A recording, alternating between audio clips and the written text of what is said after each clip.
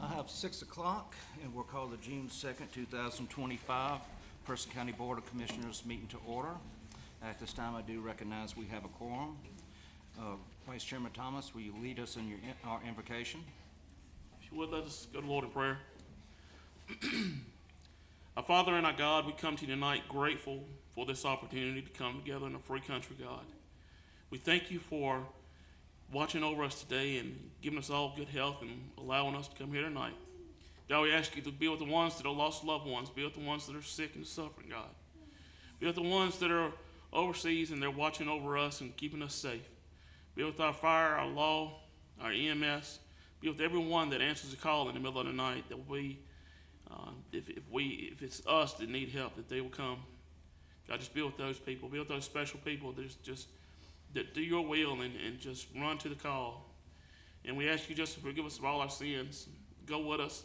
Lead us board as you would only lead us, one leader. And just forgive us of all our sins. In your heavenly name I do pray. Amen. Amen. At this time, Commissioner Wilburn will lead us in our Pledge of Allegiance. Please join me for the pledge. I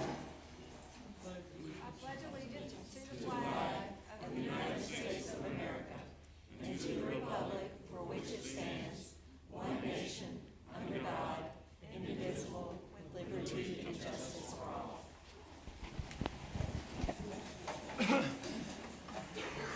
Before we begin, the county manager has a comment to make. Thank you. Good evening, everyone. The Person County community is saddened by the recent death of a child. Life is a precious gift. Family, friends, and other individuals who are touched by this young life, including county staff and the community as a whole, grieve this loss. Each and every day, at all hours of the day, county staff seeks to assist and protect the vulnerable. Children, adults, the blind, the disabled, and the sick. Dedicated, caring, professional employees in Child Protective Services and throughout county government are committed to ensuring Person County is a safe and thriving community. We prioritize public safety and personal well-being and are committed to maintaining a safe and respectful community and workplace. County government is accountable to the community and values transparency. We also are bound by the need to protect confidentiality in many areas of our work. Over the past week, county leadership has received emails demanding accountability, and staff has been targeted with phone calls, social media posts, and intrusions in restricted areas of the workplace and on private property. In response, we implore all to act with integrity and respect and to ensure public safety and personal well-being. As public servants, we will continue to work to protect the vulnerable, ensure a safe community and workplace, share information as appropriate, take ownership of our responsibilities, and be accountable to our community. County staff will continue to provide effective services, and we will accept responsibility and take action if any problems are identified in the ongoing investigation and review of this situation by North Carolina Department of Health and Human Services and other internal and external resources. This is a difficult situation for all involved, and it will take time to gain a deeper understanding of what has occurred. Thank you, County Manager, and I echo your comments, and our sympathies are definitely with the family at this time. Members of the board, you have the agenda before you. Is there any discussion or adjustment to the agenda? Having heard none, do I have a motion to approve the agenda? So moved. All right, we have a motion. Any further discussion? Having heard none, all in favor, vote by saying aye. Aye. Any opposed? The ayes have it. The agenda is approved. Item number 5, public hearing. A, rezoning map amendment application RZ-02-24 is for the Rezoning companies to rezone a newly created 3+ acre subject property from a G1 general industrial to B1 highway commercial zoning designation. Margaret Huff. Before you begin, do I have a motion to go into the public hearing? So moved. We have a motion. Any discussion? All in favor, vote by saying aye. Aye. Any opposed? The ayes have it. We're now in the public hearing. Thank you, ma'am. Good evening, Commissioners. I am your interim planning director, Margaret Houth. I'll be just here to do a brief introduction, and then the applicant is here to make their presentation. So next slide, please. So this is the plan that was submitted to staff. It is turned 90 degrees from what's in your packet and from the north orientation. So there's a larger 44-acre tract that's owned by Newell and Son, and Redson is looking to acquire approximately 3 acres. You can see that it's where it lines up with Tonker Drive. There's a creek that runs through the property, and that separates this 3+ acres from the larger tract and makes sort of a natural separation from the larger tract that would remain zoned industrial. Next slide, please. So this shows the larger tract oriented north-south. The blue rectangle is the area I'm talking about that's asking for the rezoning. The yellow outlines the entire parcel. And again, I'll just go on, next slide. You have a long agenda, I'm trying to move along. So the future land use plan calls for this area to be rural. You can see that the city limits of Roxborough aren't too far away, and that some of the residential areas in yellow just to the south of the map. Next slide. This shows the current zoning, so it's surrounded by residential zoning, which is the yellow, and the larger tract is gray. You can see that comparing this slide to the last slide, that this area, even though it's designated for industrial, wasn't really included as a growth area in your future land use plan. And I'll talk to that in just a minute. Next slide, please. So the planning board did recommend approval by a 4-2 vote to look at this. They cited guiding principle 2.1 in your comprehensive land use plan. As I mentioned just earlier, the map and the map doesn't really talk about this being, like in a growth node or something like that. State law does give flexibility to both the planning board and the elected board when they're reviewing rezoning requests or other changes that have to be consistent with your plan, but maybe don't show up as consistent as you might want them to be on the map. That is acceptable. It's these sorts of findings that the board adopts as part of your review that helps people who come back later and look at your decision to say, oh, yes, here is how they found it to be consistent. And that just helps with transparency and so forth. So again, the planning board did recommend approval. The next slide, please. And that's all I've got. You've got the draft ordinance in your packet. And the applicant, Greg, are you gonna? So Greg Stewart is here from Redson Companies. Mr. Newell is also here, and their attorney is also here in case you have questions. And I'm happy to answer any questions you have before I run away. One question. There were 2 planning board members that voted against it, saying the application was incomplete. Correct. Can you address that further? Yes. As the board is well aware, we've had a lot of staff turnover in the planning department, and in that time, there was some poor communication going on. So the application was complete. I couldn't verify it at the planning board meeting because I hadn't spent much time reviewing it. But after the meeting, because it was such a point of contention, I wanted to make sure that it was rightly before both boards. We did have the drawing in our hands in February, well in advance of the deadline and so forth. So it is properly before this board tonight, and it was properly before the planning board last month. Would you classify this as down zoning?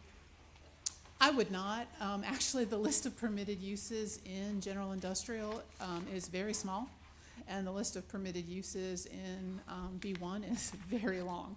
So they're actually getting a lot more flexibility, and some of those uses could be seen as fairly intensive, but I would not classify it as a down zoning. I would also say it's, nope, sorry, I've got the wrong project in mind. I'll be quiet. Okay. Thank you. Other questions? Any other questions from the board? All right, thank you. Great. Madam Clerk? Yes, ma'am. Could I just mention something? So the slides that Margaret just went through were in your agenda packet, but the ones that are printed out and before you today are some supplemental slides that the applicant has shared with us today. So I believe those will be displayed shortly, and those are in front of you for your reference. Just do like I did in some other slides so that the gentleman in the back can.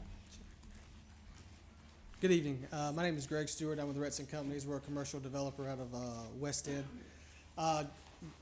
First of all, I'd like to say Miss Margaret has handled the communication thing she mentioned with Grace, and she made sure that everything was done the appropriate way, so I need to commend her on that. it's been a long time getting here. For those of you who are unfamiliar, we submitted our application in November. So the communication, I know the staff turnover and the limited staff that you have, those ladies are doing the very best that they can do. So please, if you to give them some support and some grace. Next slide, please. Did I do that right, Margaret? So the first is just a reiteration of what Margaret showed you. Is just a graphic of the plus or minus 3 acres in the yellow that we are attempting to rezone from general industrial to commercial business. Slightly disagree with Margaret on the downzoning. Even though there are more uses in the general business, the intensive use of those uses are generally decreased. But yes, we're looking to go from a general industrial, so like industrial could be put there now, to a commercial business. Next slide, please. So these are the surrounding areas, an aerial view on Google Maps of the businesses in the area. This shows consistency with the current area of commercial businesses. Our star is where we are, the 3 acres we're looking to rezone. But you'll notice there are multiple businesses on that corridor that commercial uses are already existing on that corridor of Boston Road. Next slide, please. This is oh, my star moved. I apologize. So if you'll notice the light gray at the top of your screen, it said GI, that is the parcel.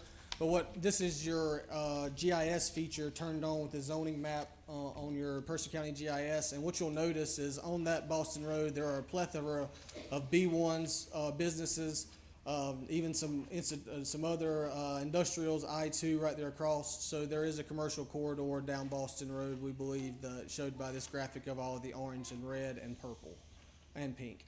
Next slide, please. This is the proposed site plan that Ms. Margaret put in front of you as well. Just wanted to be, NCDOT has seen this and give preliminary feedback as much as they can. They preferred the driveway lining up with Tonker Drive, but please understand this is a preliminary concept until we get actual geotech, septic testing, and other things that will affect the design. The building size will not get any bigger and the parking lot will not get any bigger, but we may have to manipulate the building's orientation depending on that. So this is a preliminary outline until we are able to gather more information. And just to point out, if you'll notice, she did point out the creek. Those 2 FPs are buffers that we've already taken into account to understand that we are appropriate distance from that creek. Next slide. This is one thing that I think is relevant to Ms. Margaret pointed out that it does not match exactly the future land use plan. However, it's my understanding Person County is in the process of adopting a new ordinance. You have one on your website that was scheduled to be adopted at some point and then was put on pause. Should that ordinance be adopted, the new table of uses, a retail would be a by right use in general industrial. So once that, if you are to adopt that ordinance in the near future, retail would be a by right use on this parcel. So to me, that is just pointing out that this does align with Person County's view and a future of that parcel. And then the last slide. These are for those of you not familiar, these are the permitting processes and all the agencies that have to sign off on our development should we be lucky enough to be rezoned. NCDOT will have to approve our driveway. At the last meeting, there was a lot of talk about the creek. Please understand there are rules and regulations on how we discharge our water, and NCDEQ will have to sign off on our erosion and sedimentation plan. Person County has ultimate say with site plan approval and zoning permit, so if the building does change, Person County will be in charge of making sure we meet all UDO setbacks. And then lastly, the building permit to make sure that our building meets code in the UDO. That is all I have prepared for you. As she stated, Mr. Newell, just to give you some background here, he's been a member of Person County for over 70 years, his entire life. He's signed up to speak, so I'll let him speak, and then our attorney. But also, I will open the floor to any questions that the board may have for me at this time. Do the board members have any questions for the presenter? Thank you. Thank you. Madam Clerk? Yes, Mr. Chairman, we have 4 individuals, one of which was Mr. Stewart, who just presented. So we have 3. The owner of the property, David Newell. Good evening, Commissioners, Good evening. Good evening. Mr. Chairman. I don't have a lot to offer other than the fact that, a little history. I bought this property back in the mid-eighties with the intention of building some warehouses for Collins and Aikman. I'm glad that fell through before I built buildings. But that was the purpose of me buying the property. Now, the way I look at it, if you look at the site plan, we're not spinning off any 3 acres out of random. The creek did that for us. So, even if we wanted to put it together, that creek would present a problem for any kind of additional area for an industrial site. So, other than that, that's the only thing I've got to offer. Any questions? Okay. Thank you, sir. The next person we had that sign up was a Carol Truby.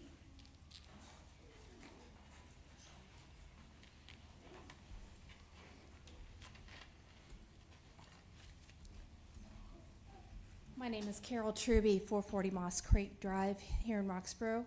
I just wanted to say that after attending the Civics Academy, I have a lot more faith in our county process when it comes to rezoning and approving different types of businesses that want to build and come into our county and do things like this. I did do a little bit of research too on what was going to be put on this property, and I just wanted to say that I just really have a whole lot of confidence after taking the Civics Academy on the process that these folks are going to have to go through in order to get approved and get your approval. Thank you. Thank you. Thank you for attending the Civics Academy. The next speaker we have is Rihanna Smith. Thank you. My name is Rihanna Smith. My address is 127 West Hargett Street, Raleigh.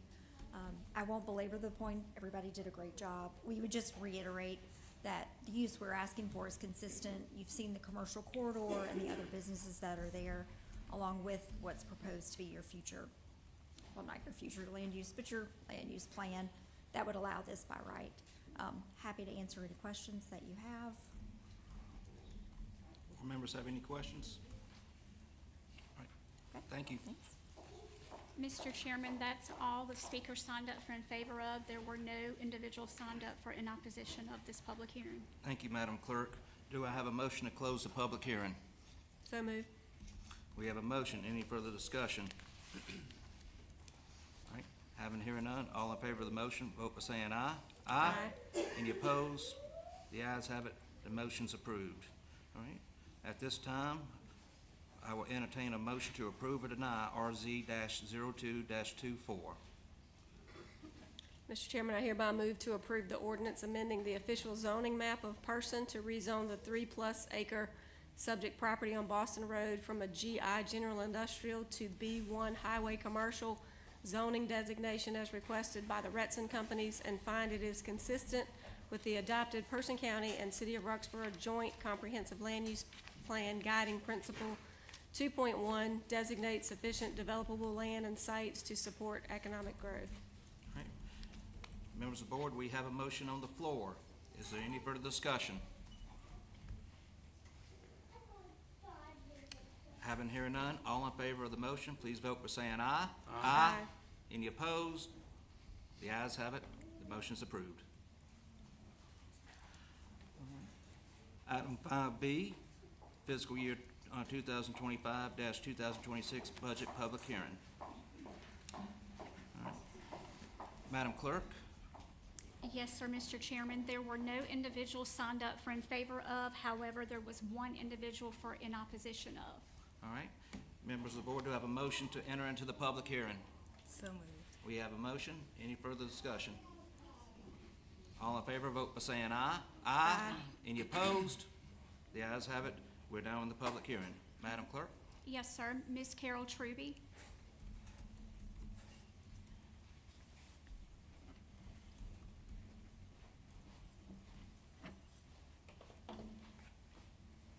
Again, my name is Carol Truby at 440 Moss Creek Drive in Roxborough, 27574. Thank you for your time. I just wanted to express my opinion on raising taxes and the budget. If I can see improvements to my life, my family's life, and the fellow residents in the county, then I'd be okay with paying more and to benefit everybody's quality of life. Specifically, though, is the water recreation that has been brought up over and over and over again, as I found out over the years.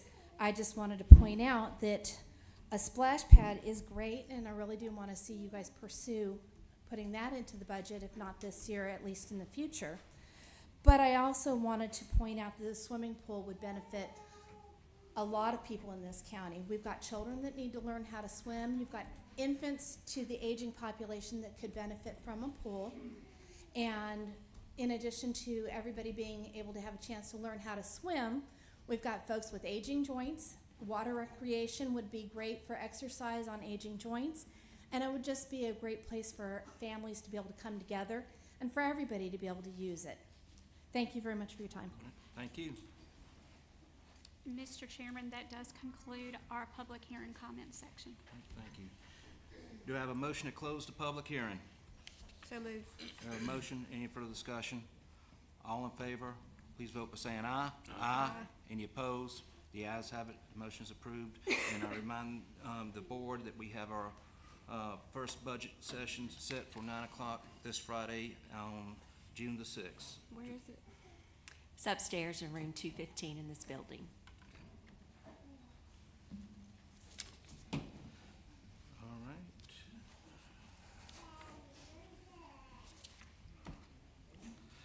Next item, item number 6, informal comment period. We have a 10-minute period segment for open to informal comments to the board. There is no dialogue to and from the board.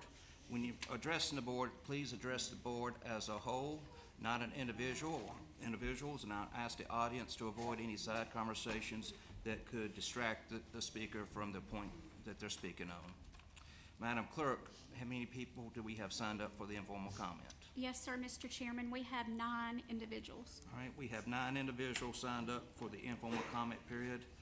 I will designate 2.5 minutes per speaker. on Yes, that. sir. Can I please instruct IT to set the timer for 2.5 minutes? Our first speaker is Kathy Lawrence.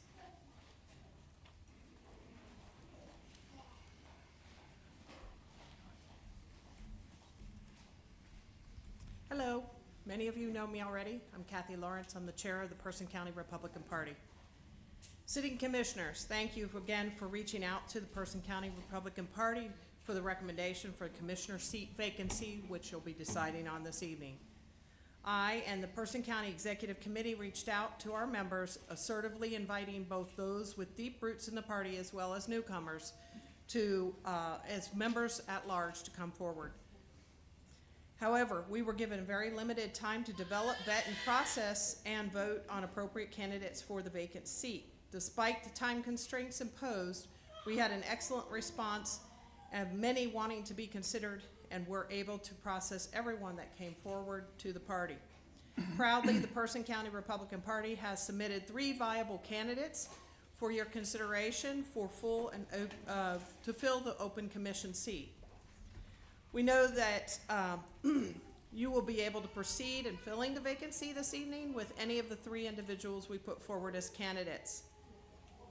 We feel they are principled conservatives, true Republicans, any of which we are confident will represent the values of the people and not their own special interest. Although there may be many members of the public that have come forward with an interest to serve, the list was narrowed to just 3. And in the spirit of transparency, the Board of Commission, if the Board of Commission has issue with one or another of the names that were presented in our list, we are providing options. We feel that you are highly likely to have issue with, not highly likely to have issue with all the candidate options, and that certainly one of them would be deemed suitable to fit the vacancy. The candidates set forward included following in alphabetical order: Liz Bradsher, John Byrd, and Jessica Leeser. I won't go into the details of the qualifications of these individuals. However, you can find that on the Republicans' Facebook page on social media.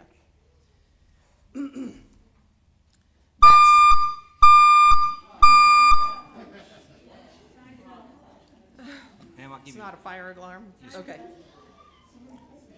Does that mean time's up? Yes, ma'am. Okay. Can I read my final statement? Yes, ma'am. Ladies and gentlemen, Boy, that's loud. These candidates have unique and valuable insights that will help the Person County Board of Commissions function as an efficient, effective, and transparent manner. These qualities that these candidates possess are varied, and any one of them would be beneficial member to the Board of Commissioners. Lastly, if you choose to seat an individual who is not recommended by the PCGOP on behalf of the Person County Republicans, I would ask that you articulate why you could not find a suitable candidate in our list, and also why would that person or individual not be considered in coming forward to be vetted by the PCGOP. Thank you. thank you. Next speaker we have is April Short.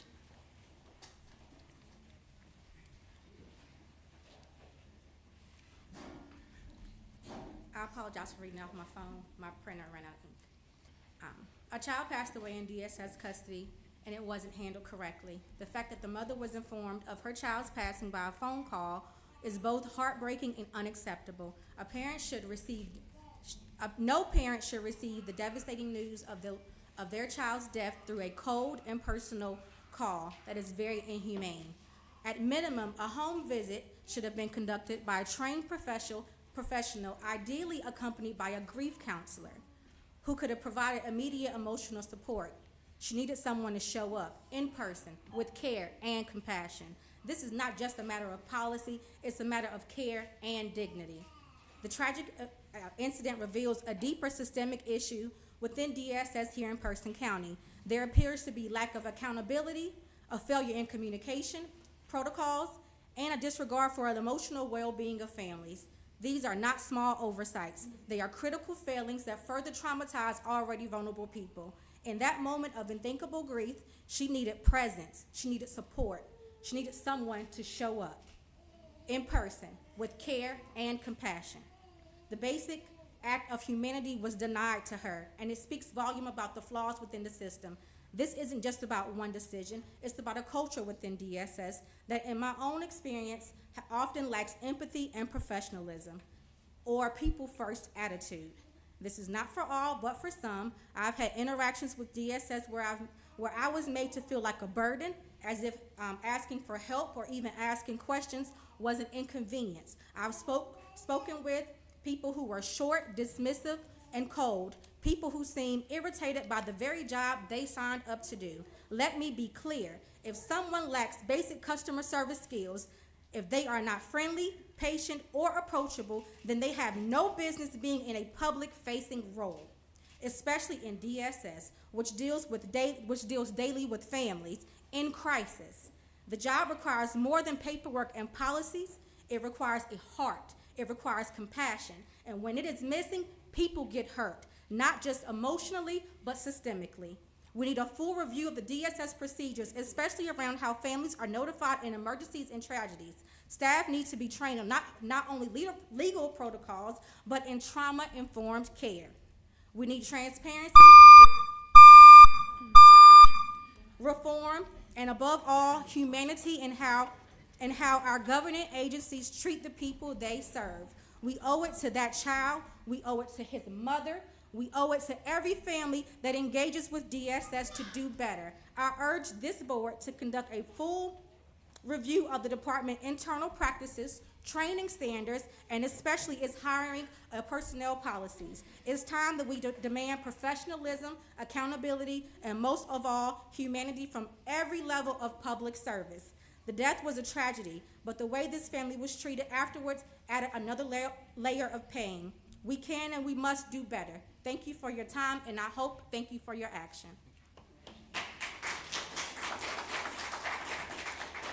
Next speaker we have is Sheila Crisp. I'm the grandmother of the deceased child. Put my glasses on right quick. Ma'am, before we begin, can you inform IT I will handle the timer, no more buzzer at this point? Thank you.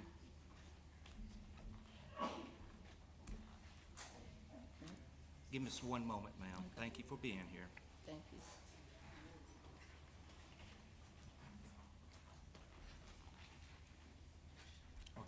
ahead, ma'am. My heart is breaking for my granddaughter, for my family. Jesus, help me. I'm sorry, y'all. This phone. Who was gonna do that? Come on now. Wasting my time. My heart is breaking for my granddaughter, for my family, and for everything we have been forced to endure. I'm trying to be strong for my granddaughter and for the children we are fighting for every day. But the truth is, this pain is unbearable. This agency of social service does not see the damage they have done. They moved on to the next file, the next case, the next name, but we can't move on. We are still here, grieving, broken, and trying to pick up the pieces of a family that's been shattered. Zariah needs to come home. I have been fully approved for Granville County to care for my other granddaughter. I have opened my heart and my home, and yet Preston County continues to block me from having Zariah placed with me. I do not understand it, and no one has explained it to me. All I know is that my family is hurting, and this system is keeping us apart. Zariah is just a little girl. She's scared, confused, and grieving the loss of her baby brother. What she needs most right now is stability, love, and to be surrounded by people who knows her. What she needs is her mother. She needs to be held. Tonight, my granddaughter should be able to hold her child. She should not have to go to bed wondering if Zariah is okay. We are calling on you, the commissioner, to do what is right, to oversee this agency. You have the authority to intervene. And today I'm asking you to use your power to return Zariah to her family. Don't let this child suffer any more than she already has. Bring her home. Thank y'all. Thank you.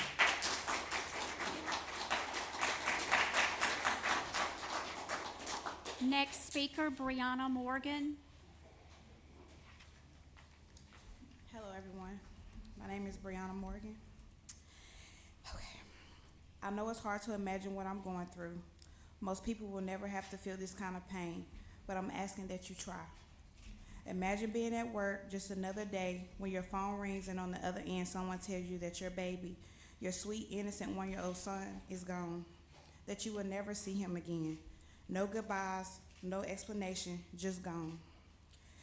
That was when my son Kimari Morgan died while in custody of Person County, and to this day I still don't have answers. I don't know how or why this happened. All I know is that my baby is no longer here, and the people who were supposed to protect him failed him. As if the pain wasn't enough, I now live every day worrying about my daughter Zariah, just 2 years old, who was in the same home when her brother died. I don't know where she is. I haven't been able to speak with the people who have her yet. I have family right here, my grandmother who has been in safe and stable placement from the very beginning. This is not just about grief. This is about justice. It's about a system that tore my family apart in our darkest moments. I am here today to say enough is enough. I am demanding that my daughter Zariah come home. I know that the commissioners in this county have the power to oversee social services. You govern them. You are responsible for their decisions, and I'm asking that you do what's right. Bring Zariah home. Give my family the chance to grieve together, to heal together, to survive this tragedy with some dignity. You have the power. Now please do the right thing. Thank you.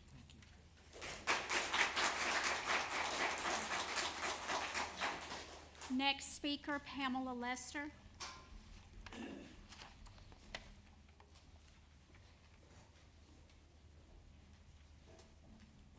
Commissioner, board, all that's here.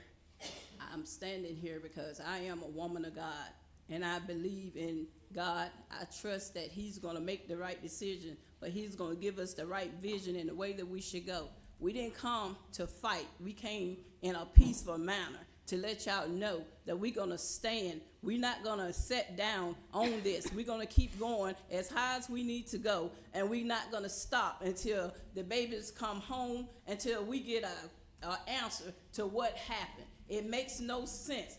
But what I found out when I went to court on Friday was that it's too many, a conflict of interest. Too many people got the same last name. Too many people working on the same case, answering to each other instead of one person answering a question for another person. That's what we seen when we was in court. It makes no sense. When you got to answer the question to yourself, Why would the child be taken from her mother because she made a mistake? The children weren't in the presence of what was going on at the time. So why did the children get taken away from home to start with? Then why are you going to go to a whole nother county to get a child out of a home that she was happy in and bring her into a place that she wasn't happy in? Makes no sense.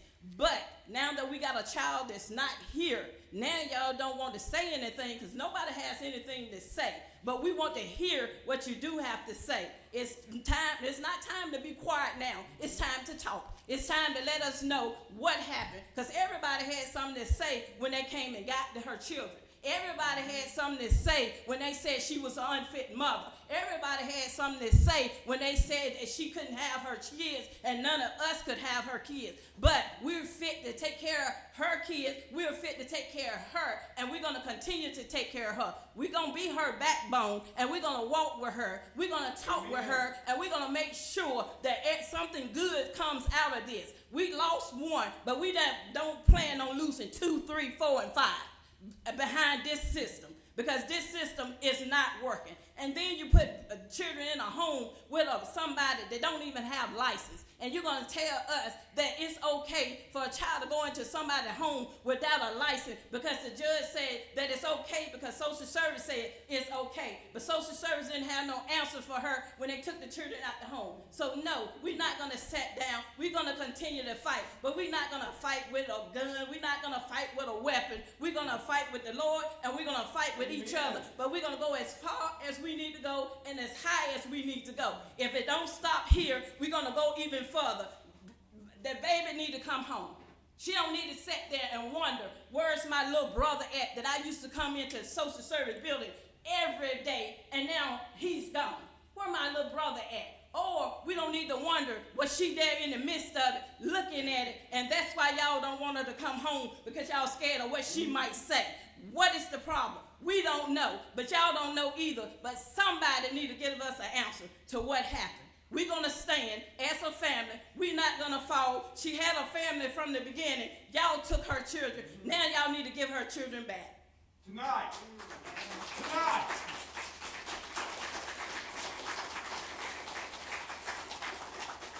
Next speaker, Rob Yates.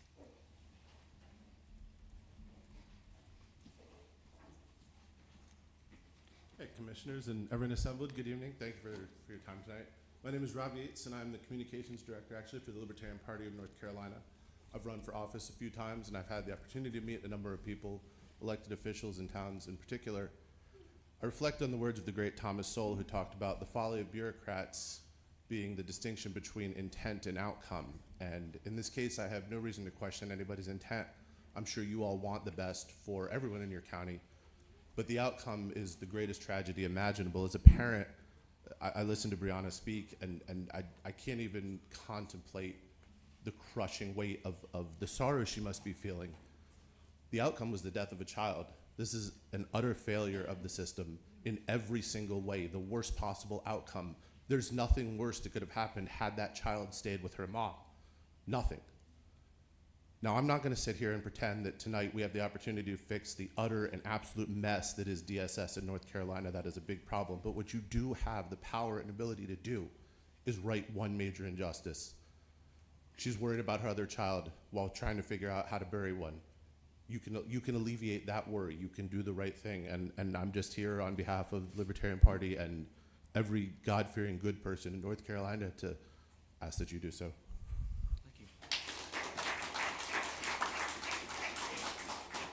Next speaker, Thomas Hill. Thomas Hill, I'm a peaceful man, but I do have PTSD, and I'll try to stay calm. But we can cut to the chase. Let's just get down and cut the BS right now. Is the sheriff in this room tonight? Who's the highest law enforcement officer in this room, sir? Sir, please address the board, not the audience. Okay, well, he can hear what I'm saying, so that's all that counts, right? Yep. The decent thing to do is to come up to this woman and say, ma'am, will you join me and get in my car? We're going to go get your child out of that home tonight, and you're going to hold your baby and grieve. Be able to grieve like a human being.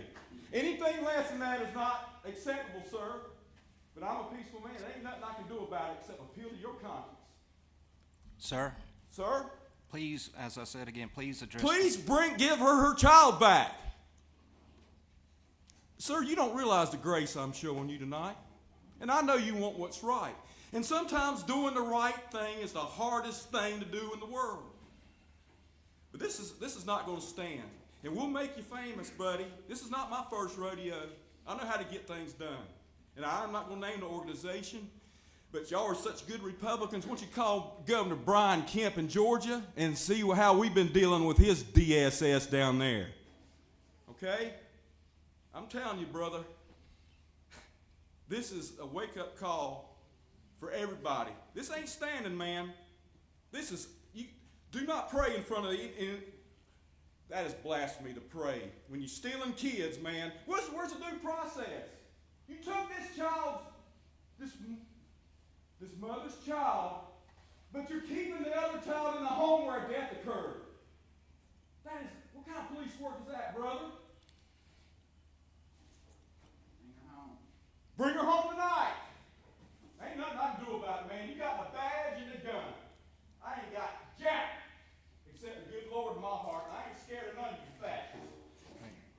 This is not a Republican Party meeting, buddy. Bring her home. Next speaker. Man up! Next speaker, Sharaka Pettiford.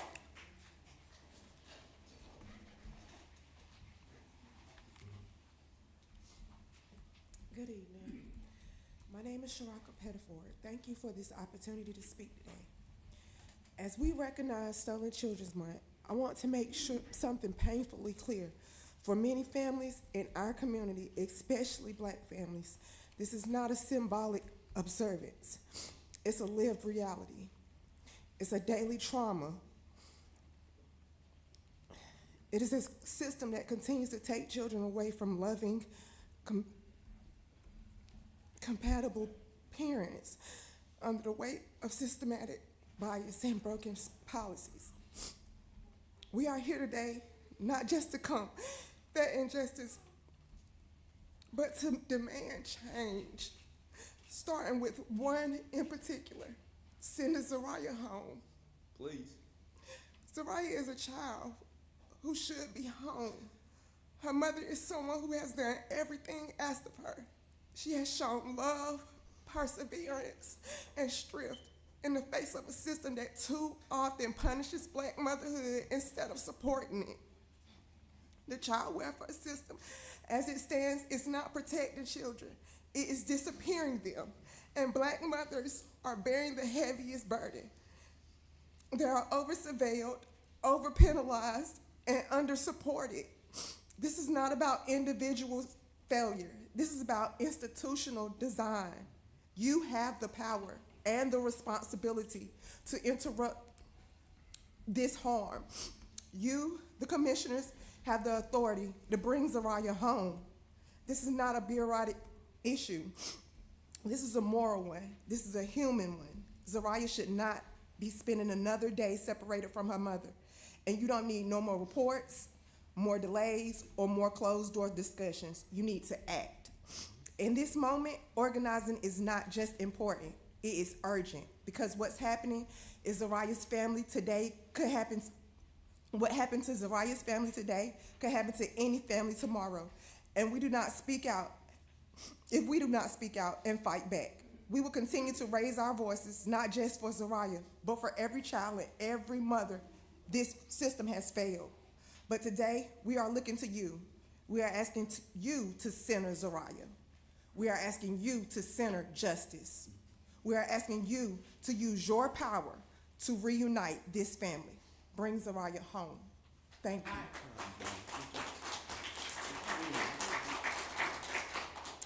The next speaker we have is Amanda Wallace.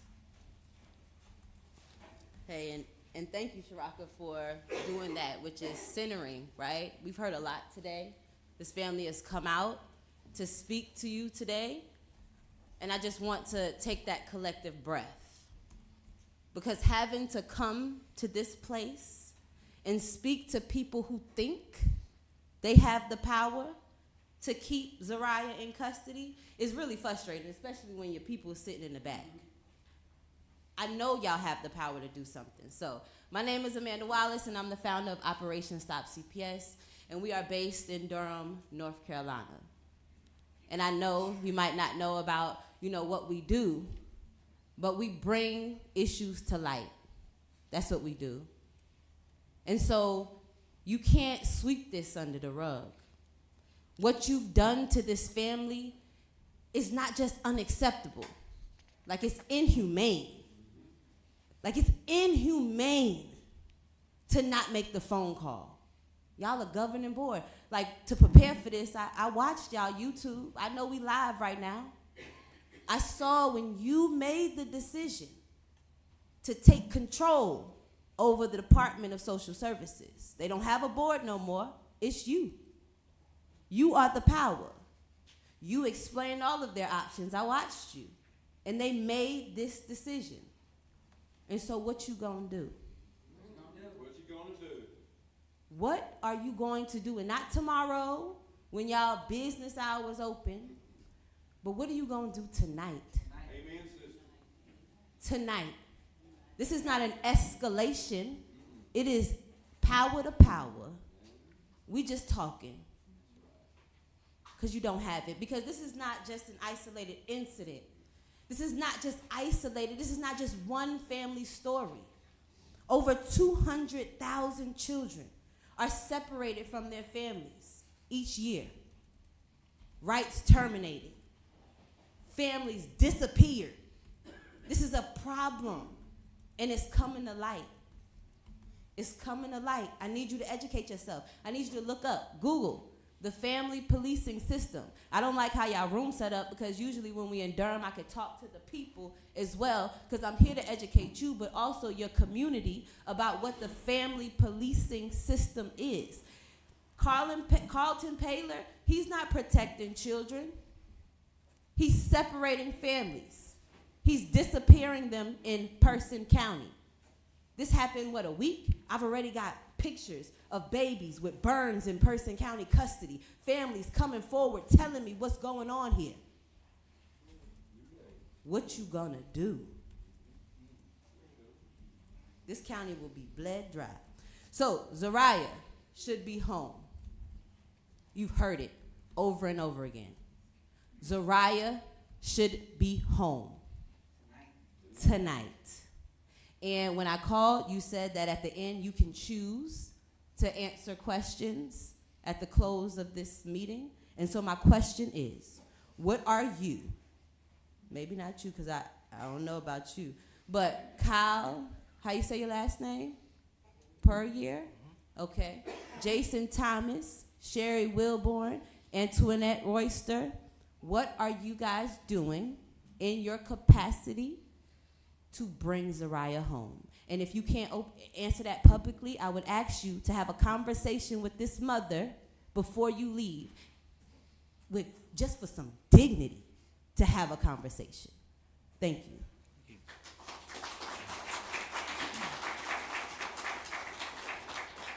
Mr. Chairman, that concludes our informal comment period. Thank you. Item number 7, discussion, adjustment, or approval of the consent agenda. Is there any adjustment? All right, having it here and none, do I have a motion to approve? So moved. We have a motion. Any further discussion? All in favor, vote by saying aye. Aye. Any opposed? The ayes have it. The consent agenda is approved. New business, item 8A, appointment of new commissioner. Mr. Attorney. Yes, sir. I want to thank Ms. Lawrence, who spoke earlier this evening. She provided you the names that are the recommended candidates from the Person County Republican Party. And just to reiterate, those names were Ms. Liz Bradsher, Mr. John Byrd, and Ms. Jessica Leeser. Okay, thank you. And members of the board, you had been sent that list this past Monday, and I appreciate the party meeting the deadline as we are in the midst of budget season and making important decisions for the fiscal year budget for 2025, 2026. So you've heard the names. Is there any additional discussion or any additional names to be added for recommendations? Mr. Chairman, if the board will please bear with me, I do have some comments which I've prepared ahead of time to make sure I hit the important points. What we're about to do tonight is not a light thing, it's not an easy thing, and it's not an ideal situation. It's one that's been thrust upon us. I'm very big on democracy, and we collectively across the county as voters being able to choose our leaders. In our last meeting, I asked that we adopt a variation of our organizational chart that models the school of government where the voters are at the top. And here we are in another instance of why it's important for us to have that and to recognize that. We found ourselves in a situation where a person that the voters chose is not able to fulfill the duties of the office.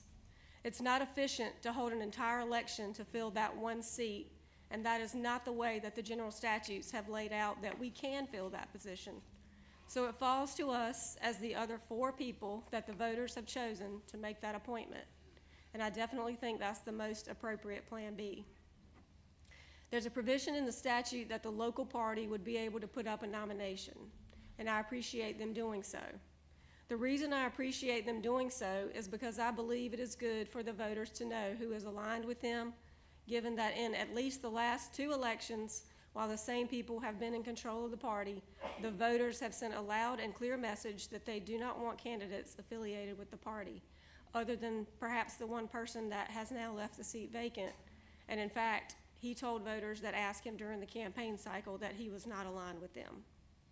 So the way I see it, in trying to represent the voters' will, we can either go back to who was next in line, or we can choose someone different that the 4 people elected by the voters can unanimously consent to.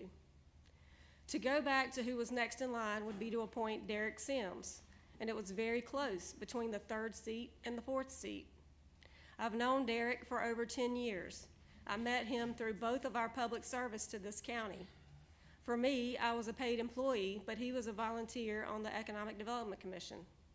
While he served on the EDC board, he also served on the Chamber board, the Uptown Roxborough Group board. He's been an active member of the Elks Civic Organization for that entire time also, I believe, and other boards as well. And Derek, as a part of those organizations and boards, has been one who dedicated his time, was fully invested, volunteered for things outside of just the meetings themselves, and from what I observed, did all of that very ethically and sincerely with the best interests of the county in mind. That's also the way I observed him to serve as a commissioner, always stepping up to commit his time to additional committees and events that would give Person County a voice and recognition. And contrary to what some people have claimed, I do not believe Derek was unseated because of his vote on the Mariah Energy Center, nor do I believe anyone else was unseated due to that vote, because Derek won the Flat River and Mount Tirzah precincts. At the same time, Derek was an incumbent who was unseated, and that is what gives me pause about nominating him to try to discern the will of the voters. It does not give me enough pause to nominate him because I believe he would be here if another candidate had not misrepresented himself to voters. However, in speaking with the chairman, who has spoken with all the commissioners, I understand that the consensus of the board is to not nominate anyone who ran in the most recent election and was not elected. When I realized that we were going to have the responsibility to fill the seat, I told my husband that it was important to me that it be someone who has gone through an election cycle as a candidate, who understands how long that process is, how difficult it is on a person and their family, how expensive it is, and who has been willing to stick their neck out to devote the time to serve. So how do you go about choosing someone with that experience and yet is not up here because they weren't elected? Well, you look back to someone who has run in the past. I only had 3 people to speak to me about either their willingness or desire to fill that seat. Of those 3 people, only one of them was not in the most recent election and not elected. This person does meet my personal criteria of having gone through an election cycle as a candidate. And while he was not elected, I believe it is because he ran on the wrong ticket. There are people of a certain age in this county that will say something like, once upon a time, everyone was registered as a Democrat. Because for one thing, the Democratic Party stood for something different years ago than it does now. Again, saying things that I've heard people say. And the only way you could vote in a primary was to be registered as a Democrat. So even though things have changed, many people have not changed their affiliation because the majority of their lives they've been registered that way and they see it as part of their voter identity. The person I'm about to nominate today, though, did change his affiliation several years ago. Not only did he change his affiliation, he demonstrated evidence of that shift by voting in the Republican primary in all 3 elections since 2020. He has actively attended the local GOP meetings and has truly tried to work with the leadership to unite the party, but unfortunately, I believe it would take a change in leadership for that to happen. The appointee will also be immediately accountable to the voters if he plans to pursue the seat for a full term, since the election cycle will begin again in just a few months. I've known this person and served alongside him for the last 12 years. Even though he and I have had our differences in those 12 years, and we do not now see eye to eye on every issue, I do believe he loves Person County, that he has our county's best interest at heart, and that he has demonstrated that through many years of service on various boards and committees and civic organizations. I can attest that he has been engaged, that he has paid attention to the decisions that have been made in this county, he has paid attention to what the needs of the county are, and that he desires to see our county prosper. He has paid attention to what it takes to make a place prosperous, to what goes on around the region, the state, and the country, and he always considers those things in light of how Person County can be better. I've come to know him as a person who is very informed, very knowledgeable, and very vested. I believe he's a person whose political views are aligned with the Republican Party tenets of landowner rights, election integrity, supporting law enforcement, and putting policies in place that support economic prosperity and opportunity for all of our citizens. And with that, I nominate Donald Long to fill the vacant seat on the Person County Board of Commissioners. All right. Members of the board, we have a motion to fill the vacancy with Mr. Donald Long. Commissioner Royster, do you have any comments on the motion? I've worked with Donald Long for several years. I've known him for many years, and as Commissioner Wilburn has stated, we have not seen eye to eye on a lot of things, but I have been able to witness firsthand his leadership and his love for this county. And also, with that nomination and given what, listening to the speakers today, Donald Long has served on the DSS board before, and he's attended state meetings before, and he's well aware of those processes, in addition to the things that Commissioner Wilburn has provided to all of us. So I move, if that's the time to do that, but I support that nomination for Donald Long as well. Vice Chairman Thomas. I battled with this for a while because I kind of was there with Derek, and I saw how hard he worked for the county. I felt like that he put his whole self into this seat, and he wanted what's best for this county. But I also believe Donald is the same way. I have no doubt that Donald's going to give 120% to the seat, and that he's going to be respectful and do the job that he knows how to do. So I am in favor of Donald Long as well. Is Mr. Long present? Yes, sir. Mr. Long, can you please approach the board, please?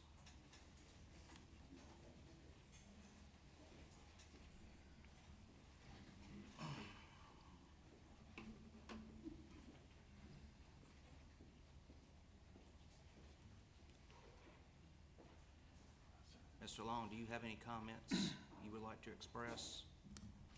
Well, I love Person County, and I would like to continue to serve Person County in any way that I could. And that's about all I can tell you. Well, Mr. Long, you and I do have a history together. We do. And some of it's good, some of it's not so good on it. And,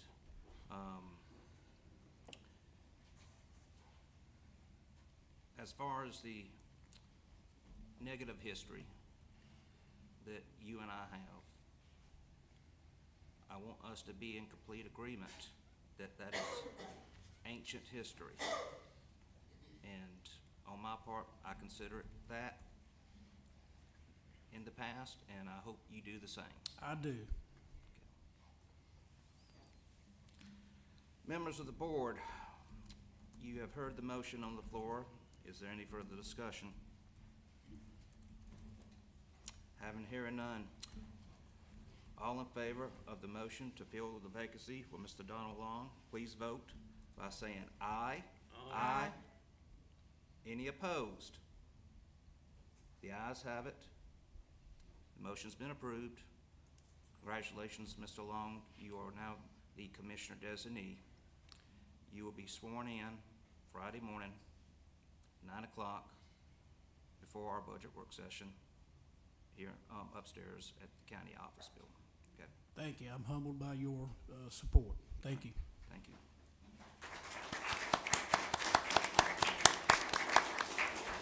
When y'all gonna vote on the riot? Mr. Chairman, can I please clarify the motion? The motion is to appoint Donald Long to fill the Republican seat on the Board of Commissioners to December 7th, 2026. Yes. Is that correct? That is correct. Thank you. All right, item 8B, options for next steps related to Unified Development Ordinance.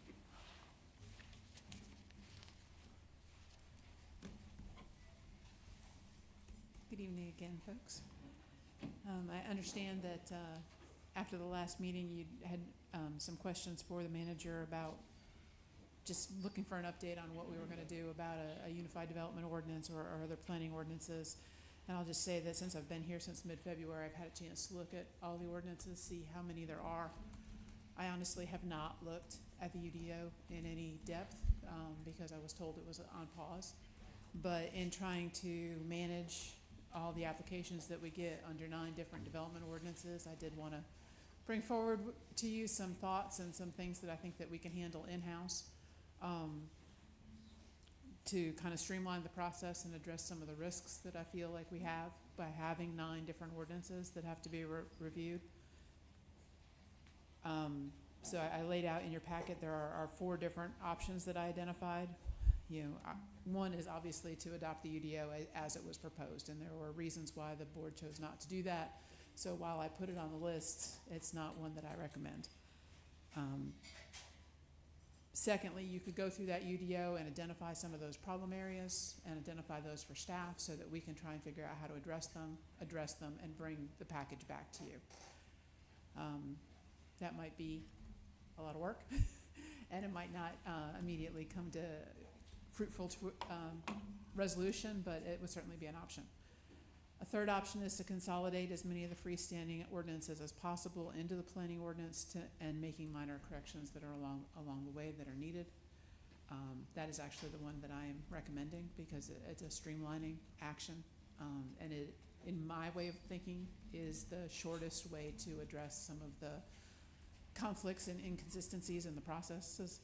And then the fourth is to do it even a little bit less and just go through all of those ordinances and make sure that they all have the right references and look for those conflicts and resolve them. And so those are the kind of the 4 options I wanted to put before you tonight. I had already intended to take this to the planning board so they'll see this same basic information on the 12th and hopefully give me some guidance there. But basically, I think it is possible to go through and consolidate in 3 or 4 of the ordinances and address many of the inconsistencies that are in there. The mobile home park ordinance, the ordinance regarding automobile graveyards and junkyards, ordinance regulating sexually oriented businesses, and the solar energy system ordinance. Those all existed.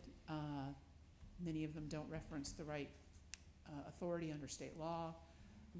Some of them refer to your special use permit process the way it used to be. with going to the planning board and this board, that has changed. Now this board's the only one who sees the special use permits.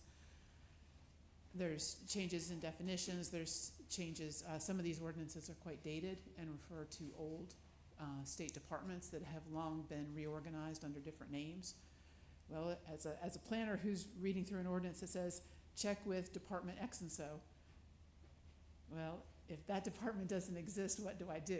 And if that department has been merged into 3 others and is actually in a somewhat greatly different section of state government, have I really meant what the ordinance told me to do?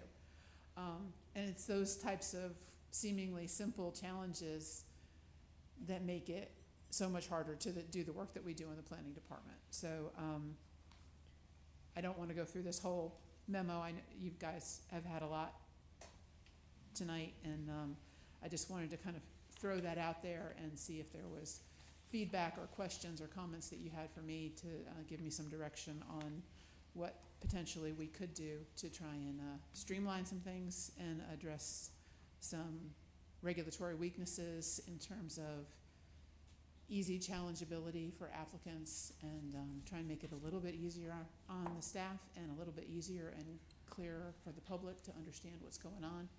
These processes are not what people deal with every day. Every day I talk to somebody who jumbles up the language and says, I don't understand the terminology and I don't understand the process. And I've been doing this for a really long time, and it takes a long time to get used to the language. And if you don't do it every day, it's not in your brain. Even when you do it every day, it's not always in your brain exactly right, especially when you move from one jurisdiction to another. So I'm here to answer questions and hear your feedback. Any particular feedback from the board at this time? Well, first of all, it is a huge relief to have you here. I like merging 2 and 3. I recognize that you say it's better to have some of these separate. So, in light of that, I don't think we need to adopt the new one. Plus, there's a lot of issues with it, as you mentioned, that some key stakeholders have brought up. And I know we talked about last time needing to have a new planning director in place before we look at this, but as I thought about that, that could be something that is intimidating to candidates, to know there's this pressure on them in the first 30 days to deal with something that a whole community hasn't been able to deal with yet. So I like the idea of a small, subcommittee of people who are impacted by the whole ordinance, like us. And I certainly am interested to be a part of that, working with you and reaching back out to some of those stakeholders as we get to each section, like the short-term rentals and the building, the development pieces of it that the home builders came and spoke about, and trying to put something in place that we can work with and make it a lot easier for a new director. One thing that definitely needs to happen is what you've mentioned, bringing things up to code, but also renaming RC to RD, rural conservation to rural development, to more accurately reflect the uses that are allowed in that district, because that's always been confusing to everybody, and I think that's a more fitting title. I know the UDO proposed changing all of them, but I think that's more confusing. There's really just one that people haven't understood when they've looked at it, what it encompasses. So, that's what I would like to do, and we can maybe put it on our future agenda to talk about who could come together to begin those conversations. But I like what you've presented, and I think it's a little bit of both. I do think that there are some things that are proposed in the UDO that, we do need to address temporary housing and that kind of thing, because we're gonna have a lot of construction going on in the near future, and we don't have nearly enough housing opportunities for that. So the ordinance does address some things that we need to look at that our current ordinances don't. But I think it's more of pulling a few things out of that and putting them into what we have than the reverse, in my opinion. Any other comments? All right. If some come up, we'll be sure to get that to you. and so you can give additional feedback for the planning board. Okay, Thank very you. good, thank you. Thank you. Chairman's report. I have a question for the county manager. Sure.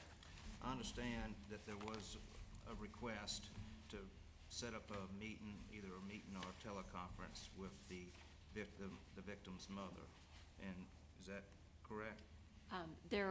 I did speak today with Mrs. Wallace, and she did suggest a meeting with Ms. Brianna Morgan, who's here tonight.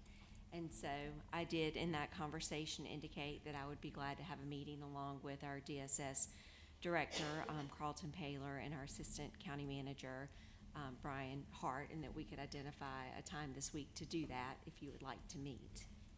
Well, I would like to expedite that. We've got more business to attend after this, but I would like to expedite that to have everyone, if she's able to meet in person, that would be great, because I would like the opportunity to speak with her.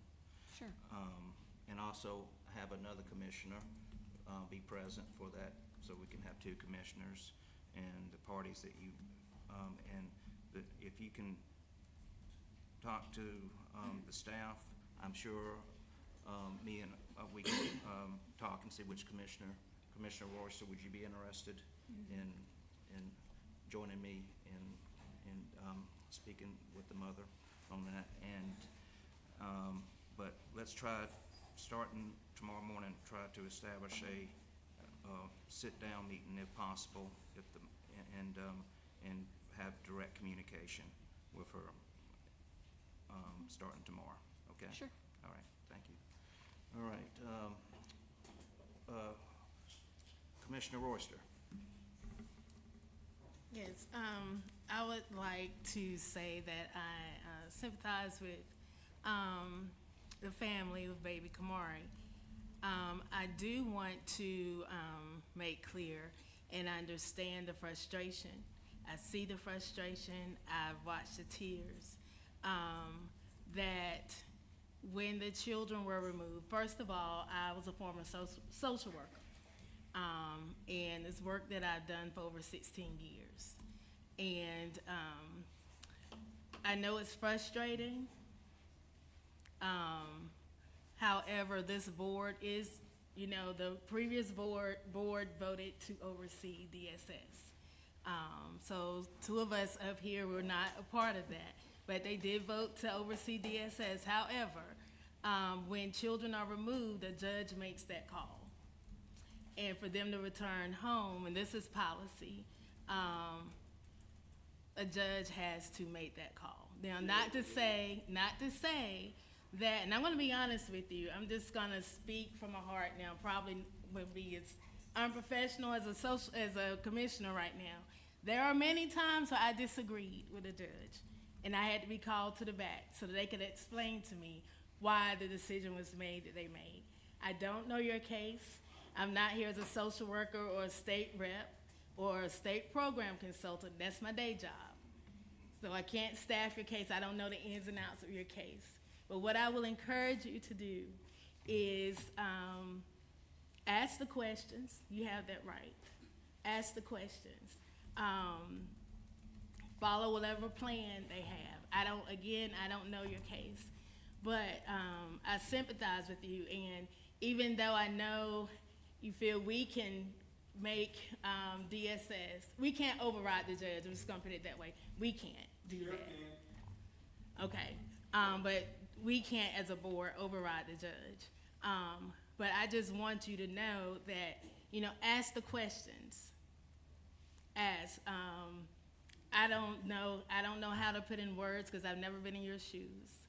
And I know as a board, we are sympathizing with you all, but just ask the questions. The people who are supporting you now, and I was so happy to hear that they're going to continue to support you because that's what you need right now. You're going to need the support. But the judge will have to make the final call for your child going home. And again, we can't, as a board, DSS board, make that decision. But I want to say again, continue, ask questions. If you don't understand what's going on, you have every right to ask the questions, okay? But again, my heart, I sympathize with you. I think the community is sympathizing with you, and I can't imagine how you feel. I'm not going to pretend to know how you feel. But I'm just, I commend your support system and being there for you.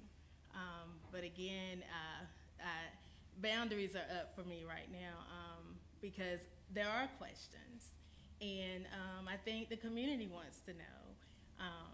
But again, as a board, Call the judge. Call him right now. we still cannot override the judge's decision. We are overseeing DSS. So you oversee the director? This board is the DSS board. Right, and so you can say that you guys have placement authority, the department does. And so you don't have to go to a judge, you can say Zariah can go to her family. You have the power to do that. Policy's right there.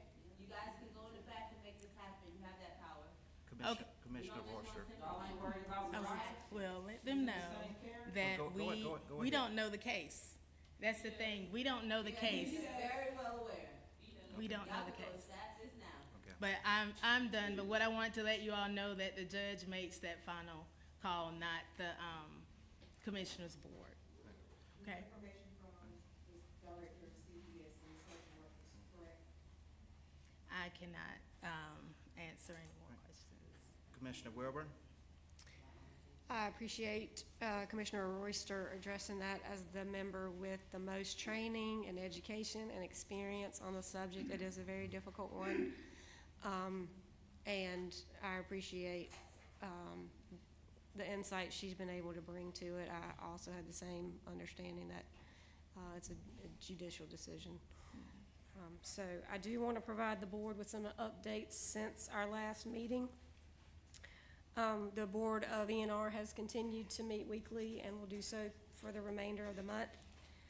On Friday, North American Aerodynamics had an open house and a hiring event. If you have not seen the press release in the Courier Times or heard otherwise, they have new ownership, and they have new contracts, and they are desperately seeking to hire. They have told us on Friday that they need 100 people as soon as they can get them. So please spread the word about that and, help us congratulate them and welcome the new owner to Person County. Vice Chairman Thomas? I'd just like to thank everyone for coming out tonight and just giving your heart to us, and we're just gonna try to do all we can do to our limits. And just know that we're praying for you. When we say we're praying for you, we really are. I'm praying for you. Because I have a daughter, and I can't imagine what you're going through. So when I say I'm praying for you, I mean that. And just speaking on this Monday, when the parachute,